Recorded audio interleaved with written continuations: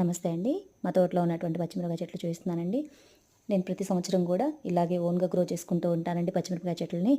అయితే ఈ సంవత్సరం వచ్చేసి కొంచెం తక్కువగానే నాటానండి. ఎందుకంటే వీటికి ఎక్కువగా తెగుళ్ళు అనేటువంటివి సోకుతూ ఉన్నాయి. వాటిని కొంచెం మెయింటైన్ చేయడం కొంచెం కష్టంగా ఉంది. అయితే ఈ తెగుళ్ళకొచ్చేసండి వారానికి ఒకసారి నీమ్ ఆయిలో లేకపోతే జీవామృతమో లేకపోతే కంపోస్టు వాటర్ డైల్యూట్ చేయడమో, లేకపోతే పుల్లటి మజ్జిగో, ఇంగువని కలిపి స్ప్రే చేయడమో ఇలా చేయడం వలన తెగుళ్ళు అనేటువంటివి ఈజీగా అరికట్టవచ్చండి. కాకపోతే మిగతా వాటితో పోలిస్తే వీటికి ఎక్కువగా ఉంటాయండి. అలాగని ఎక్కువ తవ్వుతూ ఉండాలండి. దాదాపు మిరప చేను వేసిన తర్వాత లేకపోతే ఇంట్లో మిరప చెట్లు వేసుకున్నప్పుడైనా సరే 7 సార్లు తవ్వితే మనకి ఎక్కువ ఈల్డింగ్ వస్తదని చెప్పేసి చెప్తుంటారండి పెద్దలు. చూడండి ఎంత హెల్తీగా ఉన్నాయంటే. మనం నారు తెచ్చుకునేటప్పుడు కూడా అక్కడ వాళ్ళని అడిగితే ఇంట్లో అవసరానికి అన్నప్పుడు మీడియం మంటగా ఉండేటటువంటి ఇస్తాయండి.